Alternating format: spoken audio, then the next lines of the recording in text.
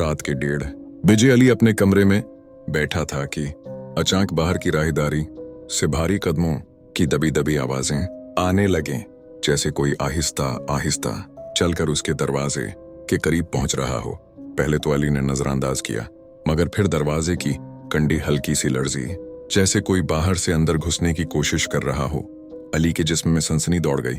वो दबे कदमों दरवाजे के पास गया, मगर बाहर घोर अंधेरा था और कुछ दिखाई नहीं दे रहा था। अचानक उस खामोशी में ठंडी कानों में चभती हुई सरगोशी गूंजी, अली दरवाजा खोलो। आवाज इतनी सर्द थी जैसे किसी ने उसकी खाल पर बर्फ फेर दी हो। अली सहम कर पीछे हटा ही था कि दरवाजा जोर से कान पा, जैसे कोई पूरी ताकत से धक्का मार रहा हो। मगर फिर अचानक सब कुछ रख गया। खामोशी ऐसी थी कि सांस की आवाज भी सुनाई दे। अली ने नीचे झुककर दरवाजे के नीचे से बाहर झांका तो उसके कदमों तले जमीन निकल गई। बाहर किसी के पैर थे, मगर उल्टे, एड़ियां आगे और अंगलियां पीछे की तरफ मड़ी हुई थीं। वो दहशत के मारे पीछे हट गया।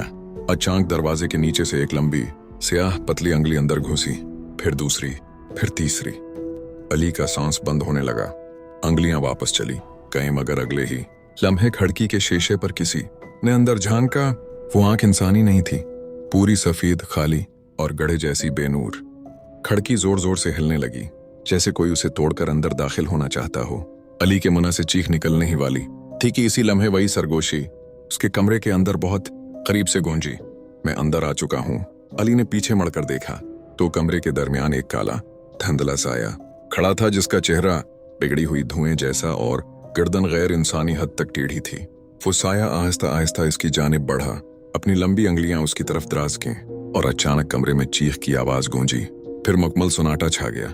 सुबह जब लोगों ने दरवाजा तोड़ा तो कमरा खाली था। दीवार पर सिर्फ एक जली हुई लकीर लिखी थी, अगला दरवाजा तुम्हारा है।